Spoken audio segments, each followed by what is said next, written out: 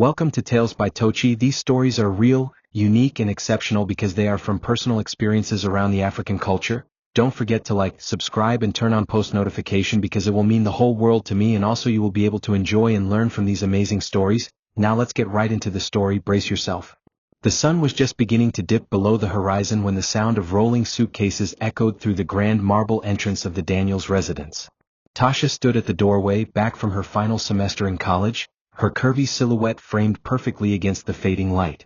At 21, she was no longer the rebellious teenager who had left home.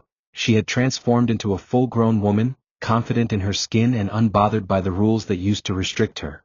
Her hips swayed with calculated grace, her tight jeans hugging her figure in all the right places, and her fitted top teasing just enough cleavage to spark attention. She knew what she was doing. Tasha always did. Her mother, Cassandra, came down the stairs in a flowing silk robe, smiling warmly but with eyes that watched too carefully. "Welcome home, baby," she said sweetly, arms open for a hug. Tasha returned the embrace, her gaze darting past her mother to the man standing behind her. Richard, her stepfather. Tall, composed, with broad shoulders and eyes that gave away nothing, except for that quick flicker of interest that crossed his face when he saw her. Tasha noticed it. She smiled to herself. The game had begun. Dinner that evening was filled with laughter and light conversation, but underneath the surface, tension simmered. Tasha sat directly opposite Richard, her lips brushing sensually against her wine glass each time she took a sip, her legs crossed deliberately, letting her skirt ride up a little higher. Cassandra watched the entire show unfold, pretending to be none the wiser, her laughter blending effortlessly into the moment while her mind replayed the betrayal from years ago. Tasha had done this before. Not with Richard, but with another man Cassandra had truly loved. She had lured him away with her youth, her body, and her arrogance. That man had left Cassandra heartbroken and alone, choosing a life of adventure with a much younger woman. That woman was her own daughter. And even though the relationship hadn't lasted, the damage had. Now here they were again, Cassandra, Richard, and the seductress in disguise. Tasha had no clue her mother remembered every detail, every wound. Nor did she realize that this time, Cassandra had decided not to fight for a man, but to let her daughter hang herself with the very rope she had once used to strangle someone else's happiness. As the night wore on, Tasha stood up to excuse herself. "I think I'll take a long bath and call it a night. It's been a long journey," she said, her voice smooth and deliberately low. She leaned over to kiss Richard on the cheek, innocent on the surface, but her chest subtly brushing against his shoulder. Cassandra didn't flinch. Instead, she raised her glass. "Rest well, darling," she said with a knowing smirk. Upstairs, Tasha ran the bath, stripped down slowly and stared at herself in the mirror. "He wants me," she whispered to her reflection, biting her lower lip. She was beautiful and she knew it. A vixen. A heartbreaker. And in her eyes, Cassandra was no match. She believed she had her mother fooled. But in the darkness of the living room downstairs, Cassandra sat in silence, swirling her wine, her lips curling slightly. "Let the game begin," she whispered to herself. And with that, the stage was set, not for seduction but for vengeance. The morning sun filtered through the curtains as Richard sat in the dining room sipping his coffee, flipping through the news on his tablet. Cassandra was in the kitchen humming to herself, preparing breakfast, while Tasha strolled in wearing nothing but a short robe tied loosely around her waist, her skin glowing from a fresh shower. Her steps were slow, deliberate, her hips swaying like a pendulum as she walked past him. Richard glanced up and quickly looked away, but the damage had already been done. She smirked and leaned over the table to grab a napkin, deliberately exposing her thighs and a glimpse of the swell beneath her robe. "Good morning," she said in a voice so soft, it lingered like perfume in the air. Cassandra entered at that moment with a tray in hand, her eyes darting to the scene unfolding. She didn't say a word, just placed the food on the table and kissed her husband on the cheek. "Eat up," she said. Tasha sat down with a subtle giggle, knowing she had stirred something, and completely unaware that her mother had noticed every little move. Throughout the day, Tasha continued to test boundaries. She asked Richard to help her carry a heavy box up to her room, knowing well enough that the box was nearly empty. Once in her room, she dropped her towel accidentally, as he turned to leave, her bare skin fully exposed for a brief moment. He turned around just in time to see her scramble to pick it up, her soft laugh cutting through the awkward silence. Richard muttered a half-hearted apology and quickly left the room, sweat beading his forehead. He felt something stir in him that he hadn't felt in years, a dangerous kind of longing. But what he didn't know was that Cassandra was watching from the hallway mirror, her eyes narrowed in observation. She made no move to confront either of them. Instead, she filed the moment away like a puzzle piece in her growing plan.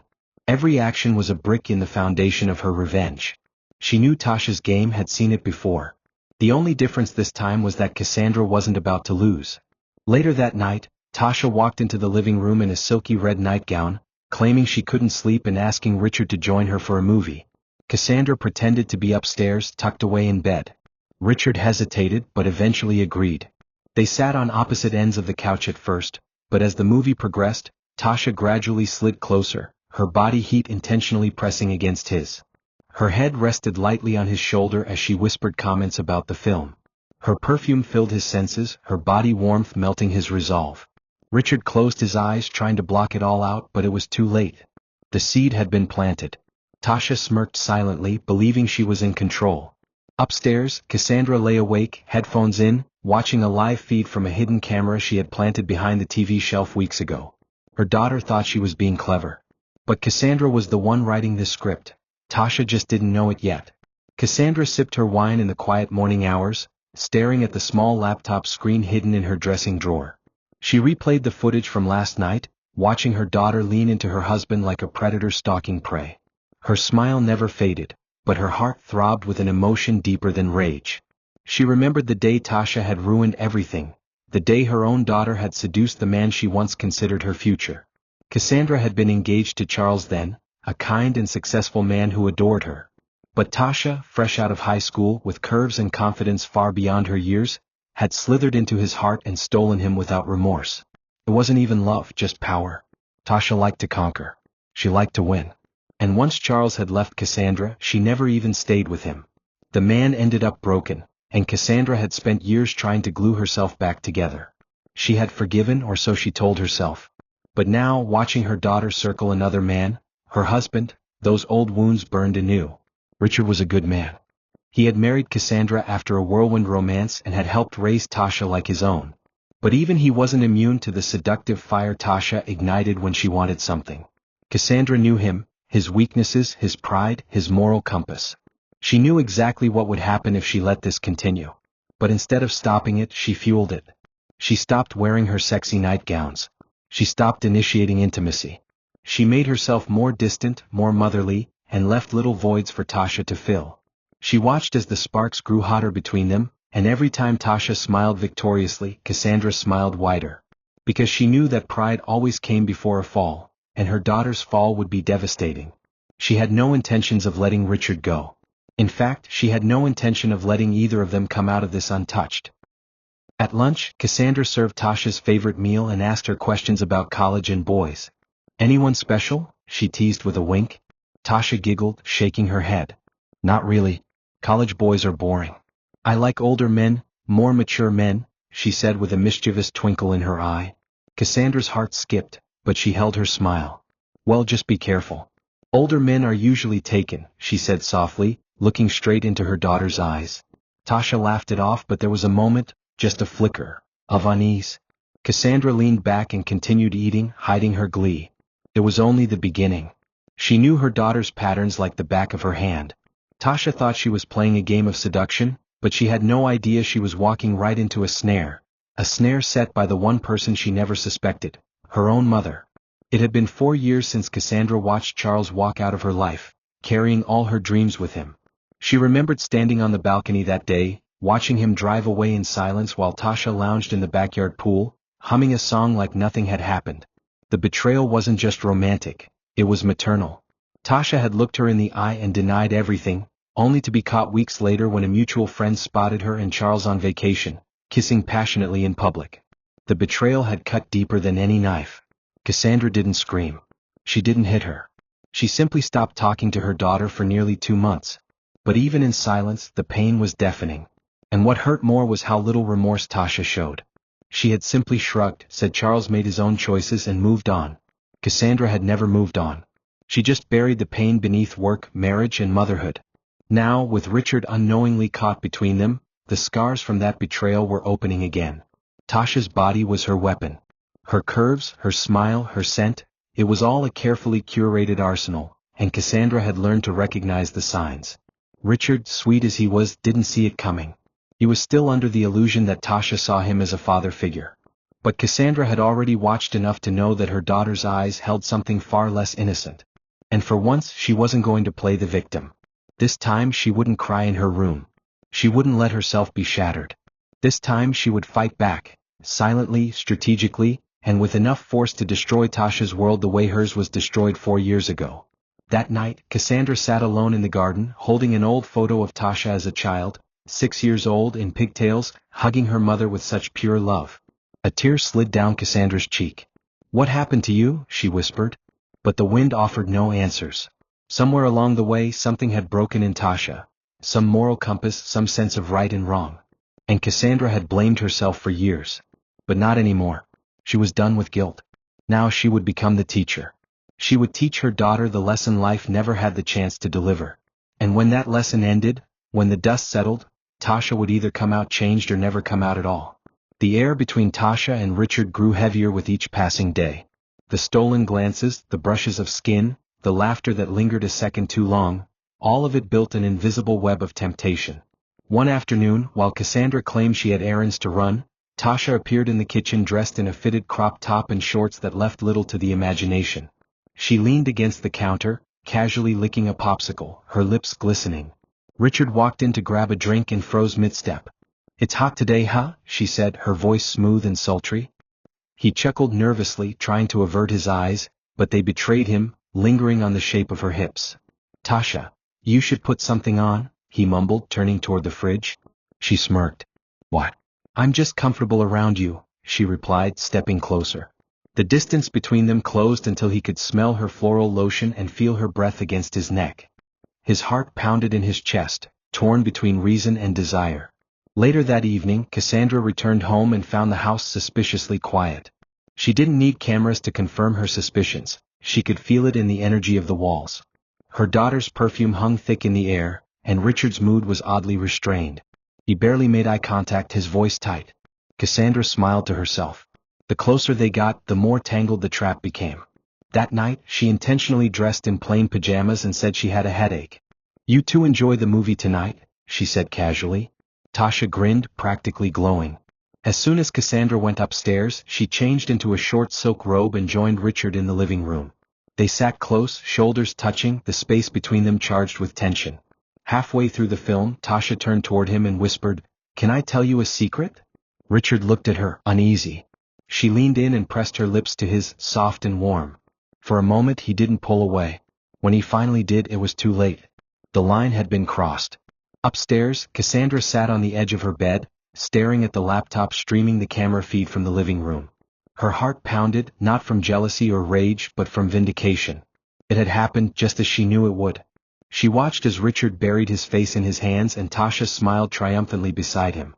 Cassandra closed the laptop slowly and stood up, walking to the window. The moonlight bathed her in silver as she whispered, "Stage 1 complete." She wasn't going to confront them yet. That would be too easy. She wanted Tasha to believe she had won. She wanted her to get comfortable, overconfident, reckless. The deeper her daughter sank into her illusions of control, the more satisfying her fall would be.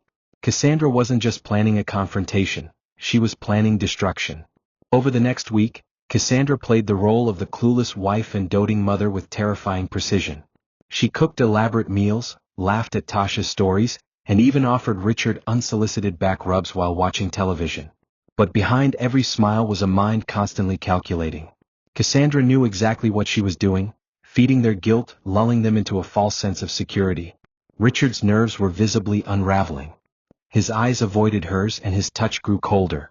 But Tasha, emboldened by her mother's apparent ignorance, became more daring.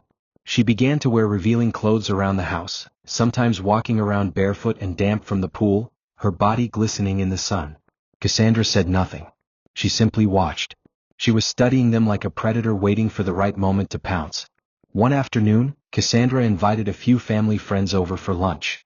Among them was an older woman named Aunt Sheila, who had known Cassandra since childhood.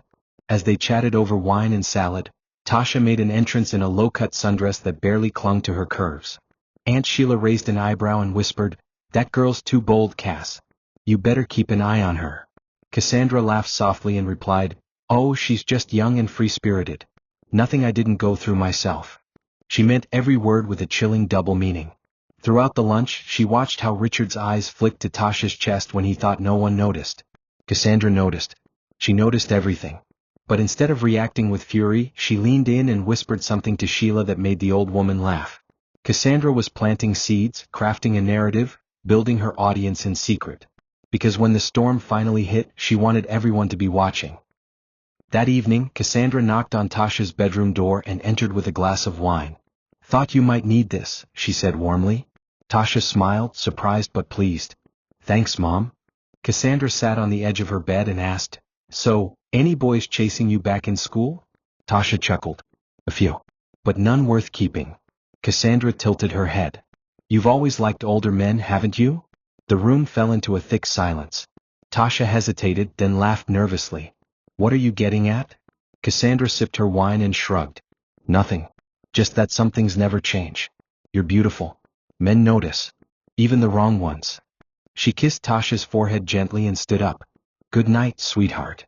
As she walked out of the room, Tasha stared at the door, heart pounding.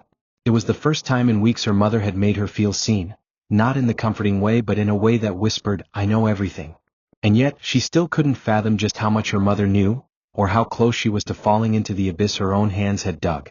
The tension between Richard and Tasha had morphed into something volatile. Their stolen kisses turned into lingering touches. They hadn't slept together yet, but the temptation loomed like a storm cloud, dark and hungry. Richard was drowning in guilt, unable to face Cassandra's gentle smile or her innocent conversations. Every time she kissed him goodnight, it felt like a dagger twisting into his soul. Tasha, however, was thriving. The thrill of secret passion had ignited something wild in her. She felt powerful, untouchable, like she was in control of everything. But her arrogance blinded her to the subtle shifts in her mother's demeanor. Cassandra wasn't cold. She wasn't confrontational. In fact, she had started acting sweeter than ever, going so far as to suggest that Tasha and Richard spend more time together. "You're both so tense lately," she said with a chuckle. "Maybe a few laughs will lighten things up." Cassandra's strategy was simple. Give them the illusion of freedom, push them toward the edge and then pull the rug from beneath them. She scheduled a weekend spa retreat for herself and pretended it was a spontaneous self-care trip. "You two enjoy the house," she said with a wink. "Maybe a little time without me will help you bond." Tasha took the bait instantly, believing her mother had grown disinterested or too trusting to suspect anything. Richard, on the other hand, was hesitant. But once Cassandra left, the silence in the house became intoxicating. That night, Tasha climbed into Richard's bed.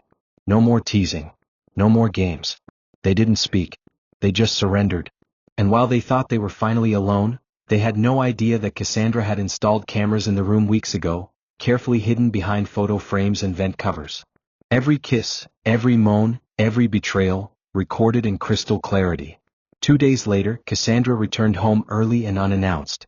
She entered the house with slow, deliberate steps, carrying a shopping bag and humming to herself. Tasha and Richard were in the living room, watching a movie like a regular couple, panic flashing across their faces when they saw her. But Cassandra smiled, kissed Richard on the cheek and asked, "Miss me?" Her tone was light, playful, harmless. They relaxed slightly, exchanging nervous glances. Cassandra walked upstairs, unpacked her bag and pulled out a sleek black USB drive. She inserted it into her laptop and played the footage. There they were. Her husband and her daughter, entwined, naked, moaning each other's names. Cassandra didn't cry. She didn't scream. She simply leaned back and whispered, "Almost time." And with that, she began the final phase of her plan. Richard stood in his study, staring out the window as guilt gnawed at his insides. The weekend with Tasha had gone further than he ever intended, and now every moment with Cassandra felt like a slow, suffocating punishment. Her eyes still sparkled with warmth, her smile still shone as if untouched, but to Richard, it was unbearable. He was convinced she suspected nothing and that made it worse. He'd rather she had screamed at him, cursed him, thrown him out. But instead, she kissed him each morning and asked about his sleep. It was psychological torture wrapped in domestic bliss. Tasha, meanwhile, was bold and blissful, texting him flirty messages during the day and sending selfies from her bedroom in the evening. She whispered sweet nothings into his ear when Cassandra wasn't around and dropped playful kisses on his neck as if they were in some forbidden fairy tale. But even in her seduction, Richard began to see cracks. Moments where she seemed unsure, almost afraid. It was fleeting but present. One evening Richard couldn't take it anymore. He found Tasha in the backyard by the pool, reclining in a lounge chair in a barely there bikini. He sat beside her, his face pale, his fingers trembling. "We need to stop," he said quietly. Tasha turned her head slowly, her smile fading. "What are you talking about?" she asked, her tone defensive. "This is wrong. Your mother, she doesn't deserve this," he said, voice cracking. Tasha sat up, her expression tightening. "You didn't say that when you were inside me," she snapped, crossing her arms. Richard flinched. "I wasn't thinking straight. I let lust get the best of me. But I can't keep lying to her." Tasha's eyes narrowed. "So what now? You feel guilty and suddenly I'm the villain?" she asked. Richard looked away, ashamed. "I'm saying we need to end it before it destroys everything." Tasha stood, water glistening off her thighs. "It already has," she said coldly, walking away. That night, Richard sat at the edge of the bed, contemplating whether he should come clean to Cassandra. He had rehearsed the confession in his head 100 times. But every time he looked at her sleeping peacefully beside him, his courage failed.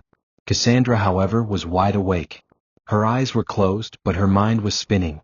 She had heard the conversation at the pool, every word of it, thanks to the tiny mic she'd planted beneath the deck. She knew Richard was breaking. His guilt would soon drive him to confess. But Cassandra didn't want a confession. She wanted a climax. She wanted betrayal to be exposed in its rawest, ugliest form. She wanted to catch them red-handed, not with words but with undeniable proof. And so, as Richard lay beside her, wrestling with his conscience, Cassandra stared at the ceiling, calm as ever. The next phase of her plan was ready to unfold. Tasha paced her room, furious. Richard's sudden change of heart felt like a betrayal. After everything she had risked, defying her mother, throwing caution to the wind, staking her pride, he was now trying to walk away. It made her feel used, like a cheap thrill in the shadows. But more than that, it made her feel weak. And Tasha hated weakness. She stared at herself in the mirror, running her fingers through her curls, adjusting the straps of her silk robe. She wouldn't let it end this way. Richard still wanted her, she could see it in his eyes, feel it in his touch.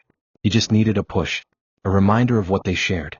That night, as the house went quiet, Tasha crept into Richard's study.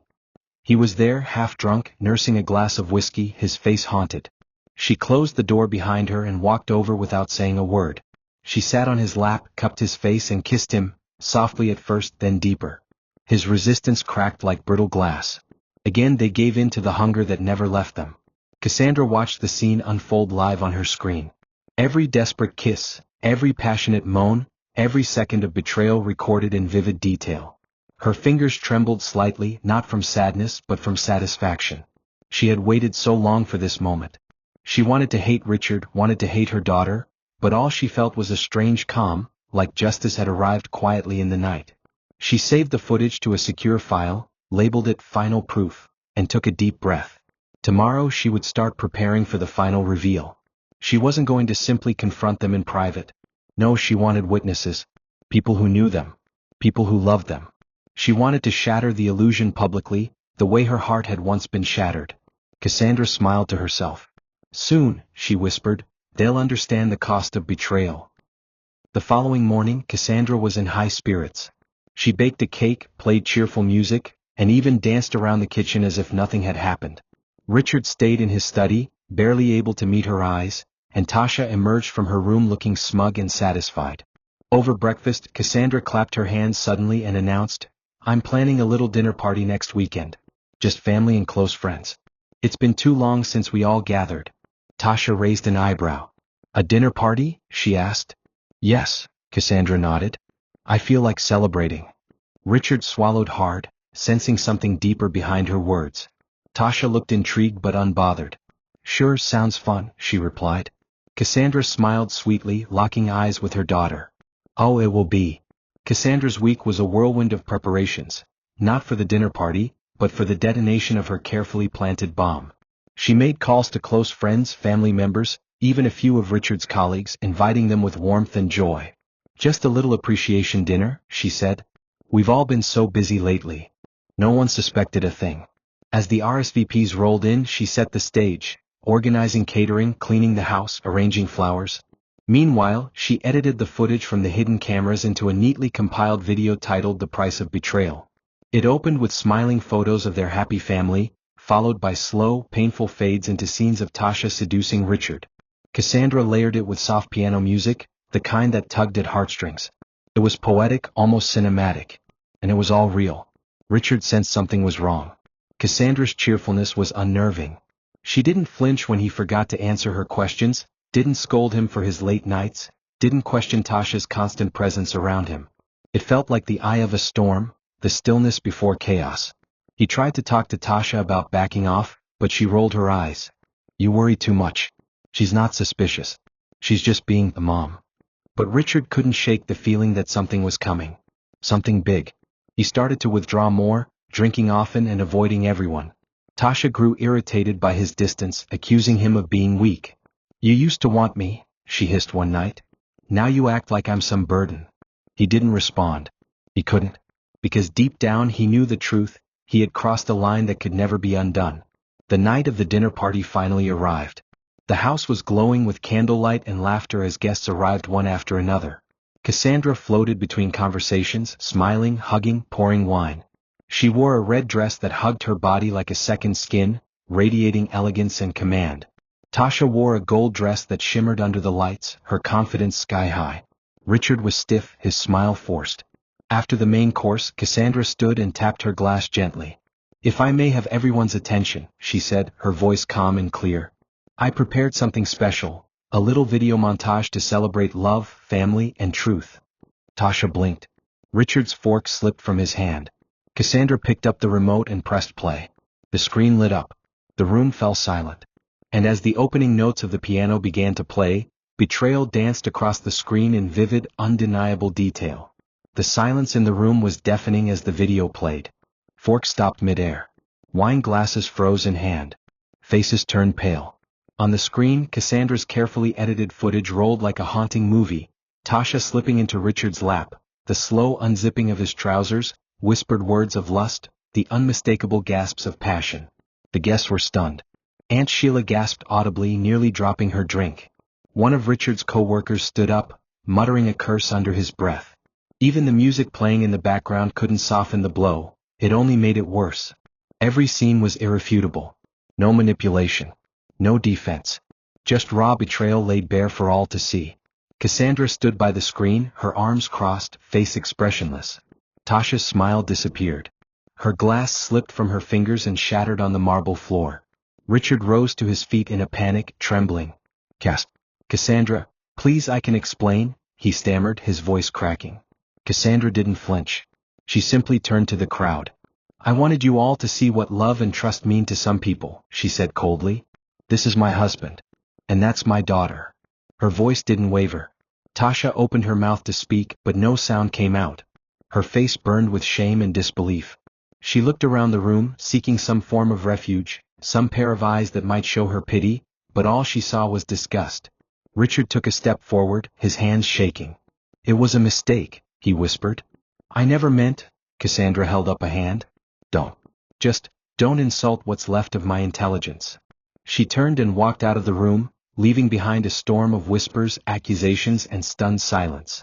Outside, the night air was cool against her skin.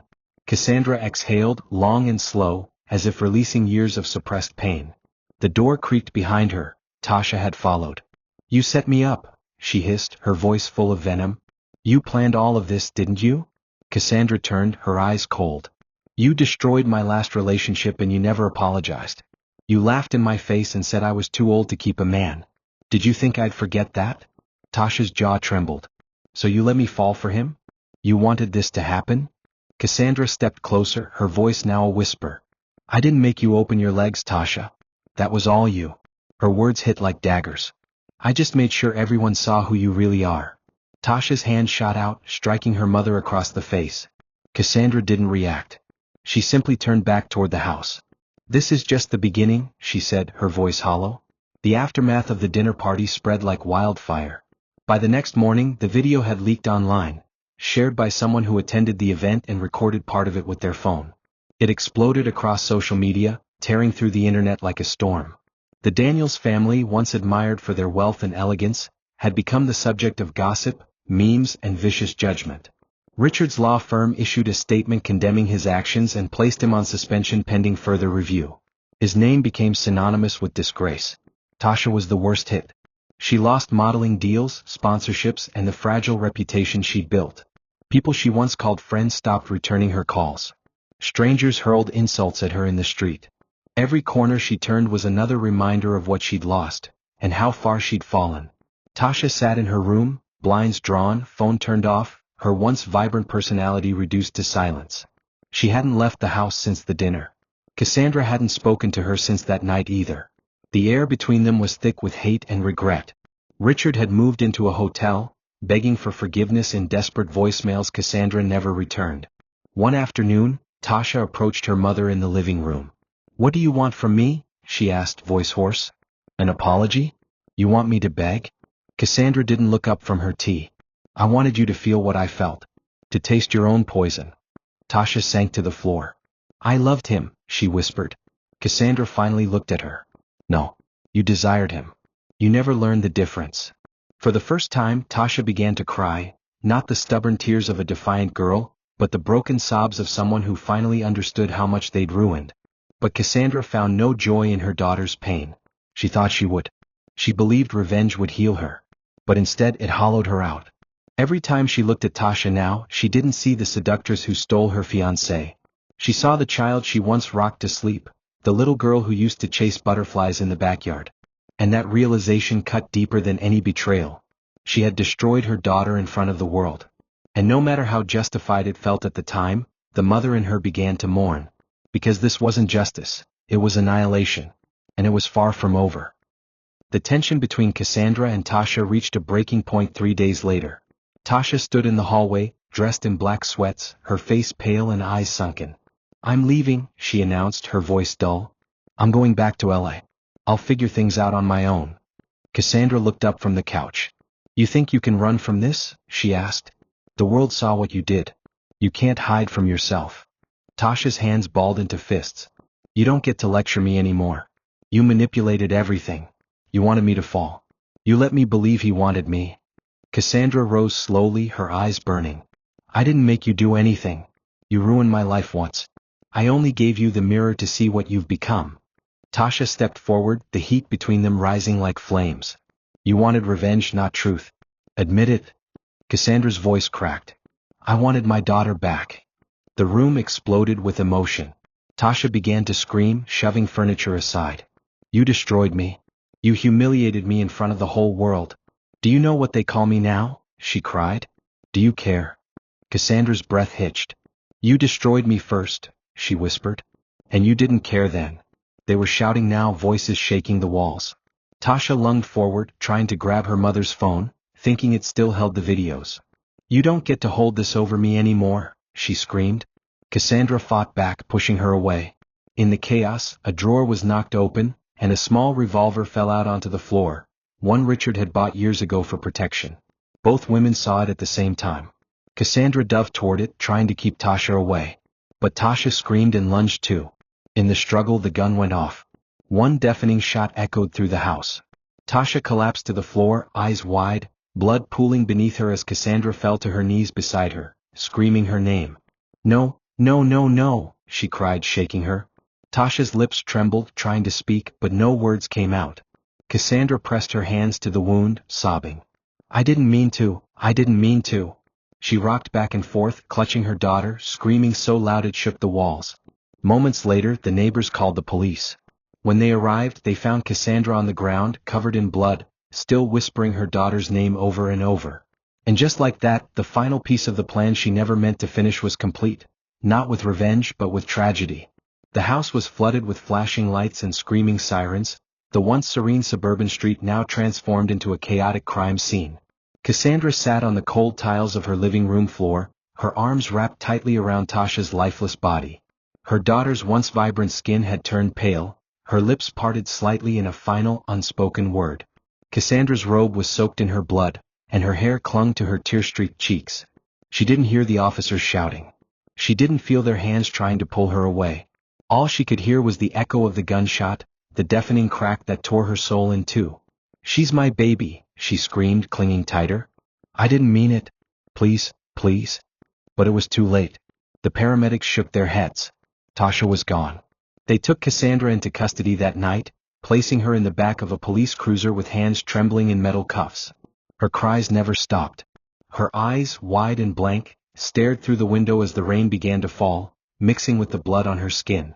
At the station, she gave a statement through sobs. We were fighting, she grabbed me. I just wanted to protect myself. The gun went off. I didn't pull the trigger. But even as she said the words, her voice lacked conviction. The truth was more complex than a single moment. It was years of pain and silence, of resentment and regret, of betrayal layered with vengeance until it turned into something monstrous. The officers wrote down her words without emotion, filing it under a category that now bore her name: homicide, domestic. Word of Tasha's death spread like wildfire. The media devoured the story, painting Cassandra as a jealous, manipulative mother who killed her daughter in a fit of rage. They used headlines like "Deadly Seduction," "Mother Murders Daughter Over Affair with Husband." Online forums debated her sanity, her motives, her motherhood. Richard, upon hearing the news, collapsed at the police station and had to be hospitalized for emotional shock. He would never recover from what he had been a part of. The betrayal had been fatal. And Cassandra, once a respected wife and mother, now sat in a solitary cell, stripped of her silk robes and red dresses, dressed in an orange jumpsuit with nothing but a concrete wall to lean on. In her mind she played the scene over and over. The scream. The flash. The moment her daughter fell. And every time it ended the same, with silence.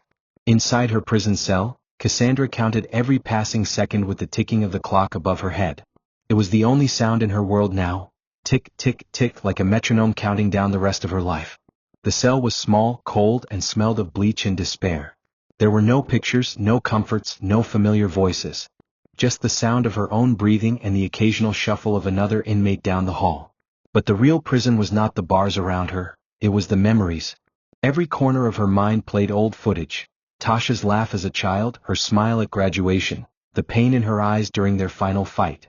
Cassandra lived inside those memories now, haunted by both the daughter she raised and the woman she destroyed. A few days into her incarceration, a lawyer visited her with news. They're charging you with second-degree murder, he said quietly. There's video of the struggle, but the prosecutor believes your prior setup of the affair could suggest premeditation. Cassandra sat still, her face blank. Will they show the tape? She asked softly. The one from the dinner? The lawyer nodded. Yes. And everything after. The media has it already. It's everywhere.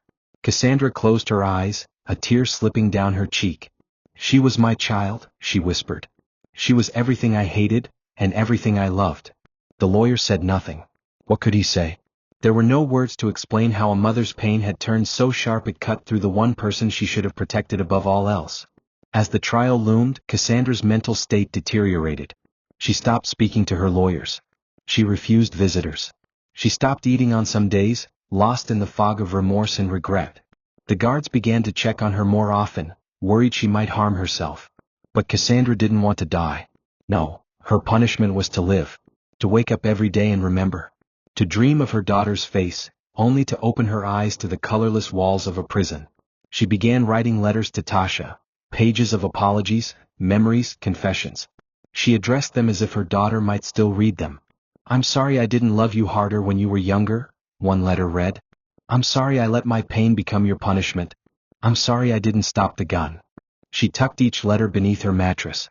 It was the only way she knew how to keep her daughter close now. On the first day of her trial, Cassandra was led into the courtroom in shackles. The room was packed. Reporters filled the gallery. Cameras flashed like lightning. But Cassandra didn't see any of it. Her eyes were fixed on the floor. She didn't look at the judge or the jury, or even the screen where the video clips began to play. She already knew the story. She had lived it. The prosecution painted her as a manipulative woman who engineered her daughter's downfall.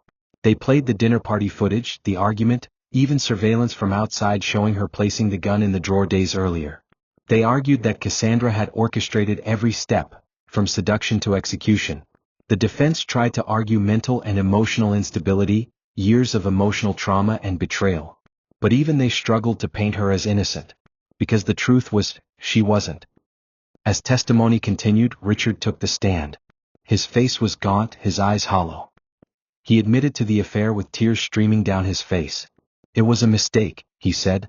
"The biggest one I've ever made. But I love them both. I never wanted any of this to happen." The judge remained stone-faced. The courtroom was silent. Richard broke down during cross-examination and had to be escorted out. Cassandra didn't flinch. Her hands were clasped together, unmoving. But inside her heart ached. Hearing his voice brought back a flood of pain. He was weak. He had chosen lust over love. And yet she couldn't blame him entirely. The monster she saw in him had started with a mirror. The same mirror that once reflected Tasha's smile, and her own rage. When the verdict finally came, Cassandra stood slowly as the judge read the words, "Guilty. Second-degree murder. Sentenced to life in prison without the possibility of parole." The gavel struck. The court erupted in murmurs. Cassandra didn't cry. She simply lowered her head and nodded. She accepted it. Because somewhere deep inside her, she believed she deserved it. As the guards led her away, she turned once, looking out at the courtroom. Her eyes searched the faces, but the one she wanted to see most, Tasha's, wasn't there. It never would be again. And in that moment, Cassandra Daniels, once a proud mother and elegant wife, became a ghost in chains, sentenced not just by the law, but by her own unforgiving heart. The prison was a place where time stopped. Days blurred together into gray sameness, and the nights were long and silent. Cassandra sat alone most days, withdrawn from the other inmates, her meals untouched and her voice silent. She no longer cared about the world outside. She had become a shadow of the woman she once was. In her cell, she would trace invisible patterns on the wall, sometimes humming lullabies she used to sing to Tasha as a child. The memory of her daughter as a little girl haunted her more than the courtroom ever could. She didn't cry as often anymore. The tears had dried, but the ache remained, a constant throb in her chest as if her heart had never stopped bleeding. Other inmates whispered about her. Some mocked her, others kept their distance. A few approached her out of curiosity. "You're the one who killed her daughter, right?" one young woman asked with a strange fascination. Cassandra didn't respond. What was there to say? Every word would be a lie. Or worse, a justification. She refused to defend herself. She had already played judge, jury, and executioner in her own home, and lost everything in the process. She declined visits from Richard, from lawyers, from media. The only communication she allowed was with herself, through the letters she continued to write to Tasha every night. Each one started with, "My beautiful girl," and ended with, "I'm sorry I couldn't save you from me." One day, as she was led back to her cell after a brief medical check, she overheard a radio playing in the guard's office. A familiar voice, Tasha's voice, filled the air. It was a pre-recorded interview from years ago, back when she had first begun her influencer career. Cassandra froze, her knees buckling. The sound of her daughter laughing, so alive, so full of promise, hit her like a wave of grief. A guard noticed her trembling and helped her back to her cell. She lay on the bunk in silence, listening to the echo of that voice in her head. That night she didn't write a letter.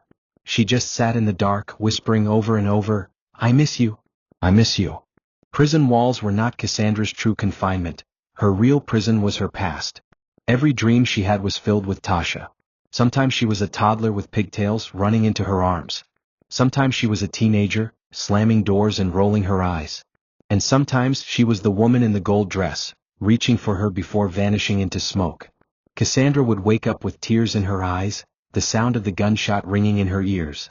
She spoke to her daughter more in sleep than she had in life. These visions were both comfort and torment. A piece of Tasha still lived inside her mind, and that piece never stopped asking the question, why? Cassandra began attending the prison's therapy group reluctantly. A counselor named Ms. Adele encouraged her to speak. For weeks she said nothing. But one day she finally broke the silence. "She ruined my life, and I destroyed hers," she said softly. "I wanted to teach her a lesson. I didn't know the lesson would kill her." The room fell quiet. No one interrupted. Ms. Adele leaned forward. "Did you ever forgive her?" Cassandra stared at the floor. "No," she admitted. "But I should have. Because she was only a reflection of what I refused to heal in myself." It was the first time Cassandra had spoken so openly. And though it didn't erase the past, it cracked open a door inside her, a door to acceptance. From that day she began to change, not dramatically, not outwardly, but inwardly. She read more, she journaled, she helped organize small prayer circles among the inmates. She no longer chased forgiveness from others, because she knew the only person she truly needed it from was dead. But by facing her past, she began the slow process of forgiving herself, not to escape guilt but to find peace in punishment. She knew she would die behind those walls. But she no longer feared that fate. In a way she welcomed it. Because death, when it came, would finally reunite her with the one soul she would spend the rest of eternity trying to make amends with. Richard never recovered. He lost his job, his reputation, and whatever fragments of peace he once had. The media eventually moved on, but the whispers never stopped. He moved to a small town far away from the city, hoping to start fresh, but he was a ghost, haunted by his decisions. Every woman he met reminded him of Cassandra's eyes or Tasha's smile. He turned to alcohol at first, then to silence. Eventually he stopped trying to connect with anyone. He would sit by the window at dusk, drink in hand, watching the sunset while replaying every mistake that led to that dinner party, that shot, that grave. He visited Tasha's grave once a month, always bringing yellow roses, her favorite. He spoke aloud to her, telling her things he could never say when she was alive. "I should have said no," he'd whisper. "I should have protected you from me." Sometimes he stayed for hours, sitting on the grass, lost in memory. He once asked the groundskeeper if he could buy the plot next to hers. "I just want to be close," he said. The man nodded, no questions asked. Richard was aging fast, his hair graying, his skin losing color. But he didn't care. He was only waiting now, for time to finish what guilt had already started. One rainy afternoon he finally went to visit Cassandra in prison. It had been nearly 2 years. When she saw him through the glass, her eyes widened, then softened. They stared at each other for a long time before speaking. "You look tired," she said. He nodded. "I feel dead," he replied. Cassandra touched the glass. "Do you hate me?" Richard hesitated. "No. I hate us. What we did. What we allowed." They didn't cry. They didn't scream. They simply sat in silence, the way two people do when everything that needed to be said had already been carved into the stone of their past. When time was up, Cassandra whispered one thing before he left. "Love her for me in whatever way you still can." He nodded and walked away. Years passed. Cassandra aged behind bars, her hair turning silver, her hands wrinkled and frail. But she never stopped writing to Tasha. On the anniversary of her daughter's death each year, she would write a new letter, fold it carefully, and place it beneath her pillow. "I still see you in dreams," she wrote in one. "Sometimes you're angry. Sometimes you're laughing. But you always leave before I can say I love you." That final letter, written the night before she died peacefully in her sleep, simply read, "I'm ready now. If you're waiting, I hope you'll forgive me." The guards found her body the next morning, her face calm, the pillow stained with ink and tears. She was buried quietly, no public service, no family. Only Ms. Adele attended the burial, placing a single daisy on the grave. Richard lived on a few more years, quiet and alone. He kept Cassandra's letters when they were handed over by prison officials. He read them all, one by one, then buried them in a box beside Tasha's grave. "The truth was never simple," he whispered as he sealed it shut. "But maybe one day someone will find this and understand how love and pain can destroy." Then he stood up and walked away for the last time. He died quietly 6 months later, his will requesting that he be buried in the empty plot beside Tasha. And so he was. The cemetery remained silent, the grass growing tall around the gravestones of 3 people bound by love, lust, and loss. No one remembered the scandal after a while. The world moved on. But beneath the soil lay a story etched in blood and bone, of a daughter who desired too much, a mother who sought revenge, and a man who couldn't say no. And in the end, the price of desire was everything. Thank you for watching this video. What did you learn from this story? Drop it in the comments. Please make sure you like, comment, and subscribe to my YouTube channel Tales by Tochi for more.